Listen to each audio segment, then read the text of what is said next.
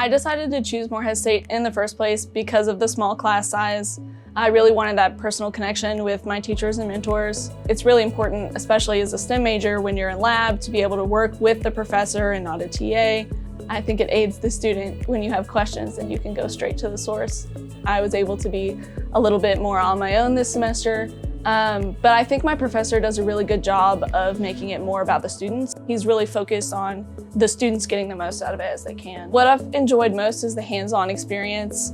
I got the opportunity to take part in an REU at the University of Alabama. It was a nice eye into what grad school could look like. I think that it's really important as well that there's a lot more opportunities for undergrad research. Opportunities are available for work studies, undergrad research, jobs on campus. My first year I did CSS at Morehead, Celebration Student Scholarship. I've presented at KAS, Kentucky Academy of Science.